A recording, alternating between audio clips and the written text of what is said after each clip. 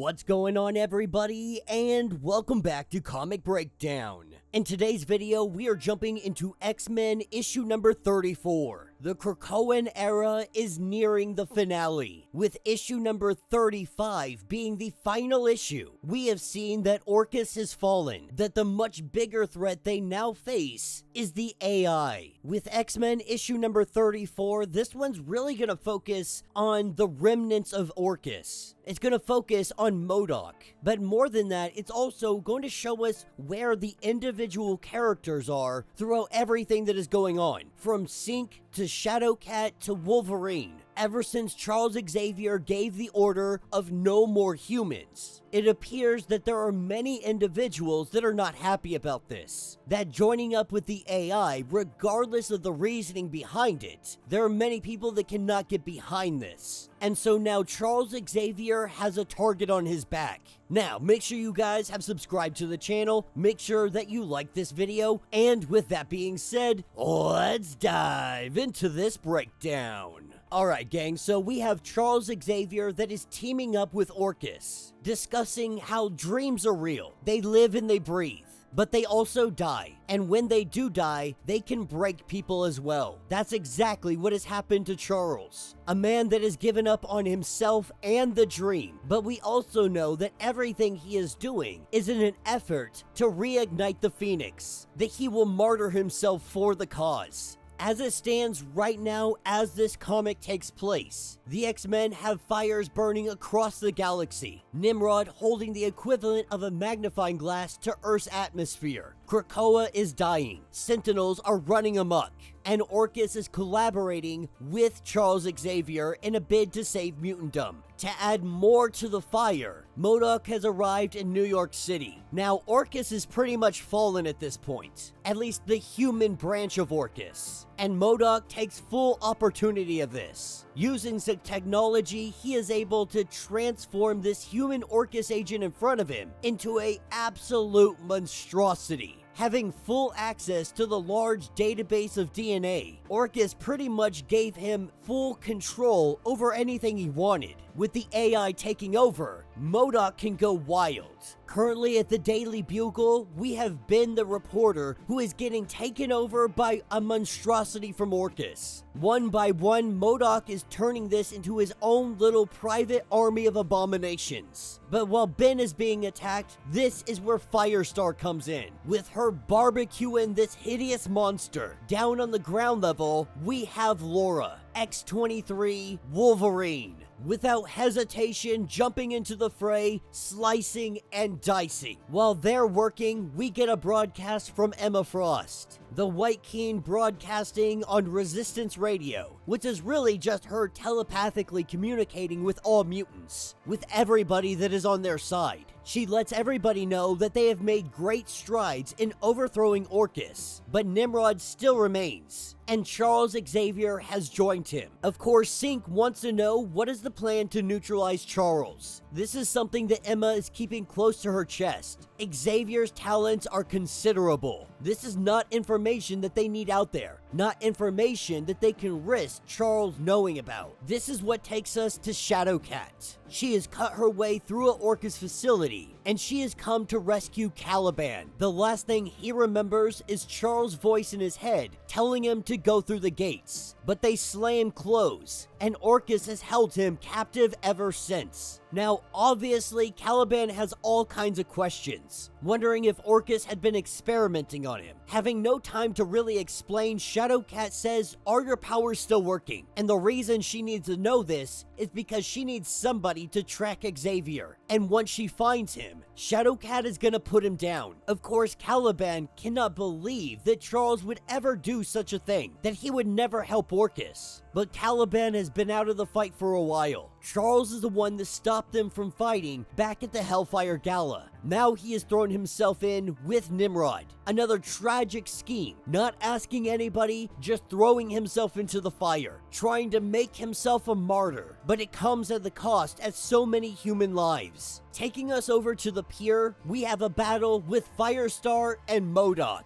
With the assistance of Miss Marvel, they're doing everything they can to fight against him. And while it's not necessarily enough, The arrival of Sync definitely changes the game up. But even so, MODOK is able to self-repair. With him making a counter-strike, we have the arrival of Wolverine. Blocking his first throw, Wolverine tells Sync to load up Polaris. And then Sync straight up chucks her at MODOK. A fastball special right to his face. And Wolverine dang near rips him in half.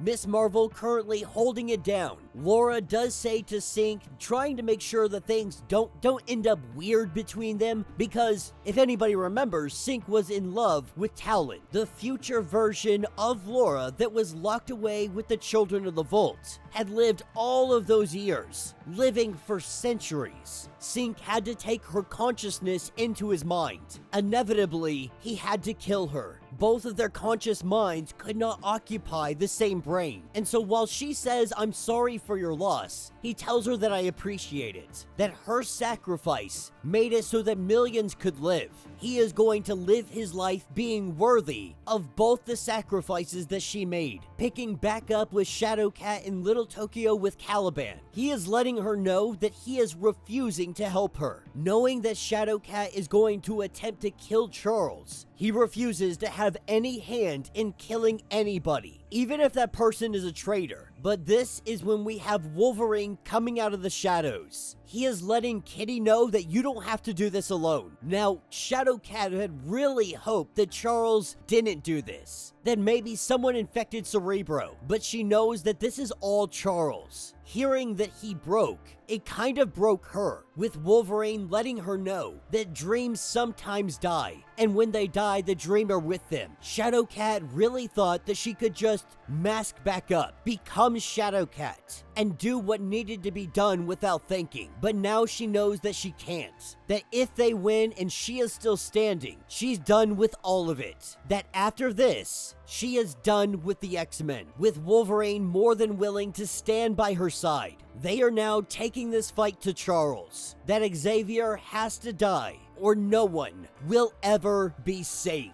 This means that both Shadowcat and Wolverine are hunting Professor Xavier. And that will be the end of this issue. So let me know what you guys think down in the comments. I definitely have mixed feelings about this one. On one hand, it's a pretty good comic. On the other hand, it feels kind of redundant. You know, I pretty much had thought that MODOK was already out of the picture. This coming back around to MODOK and having to deal with him again seems kind of pointless. You know, at this point in all the other comics, we've already moved on to Nimrod, the AI, and everything else. When I do a whole video about this, I don't think that I'm gonna put the video together in release order. I think I'm gonna scramble it up and try to put it into a more cohesive rating order. I mean, heck, all the Wolverine comics that are currently ongoing right now have nothing to do with what is going on. They have everything to do with the Sabretooth War, which takes place in the fall of X prior to the fall of the House of X. You know, there's a handful of comics like the Avenger tie-ins that feel like they should have been published a lot sooner. This is one of them. This story doesn't feel like it takes place where it's at. Now, with that being said, finding out where the characters are, finding out what's going on with Shadowcat after hearing what happened with Charles, and then Wolverine deciding that he is going to join up with Shadowcat to hunt Professor X. Because no matter the outcome, they're done trusting him, they're done following him, they're done having him as a leader. They need to remove Professor Xavier from the board. No matter the outcome, no matter if he is a traitor, no matter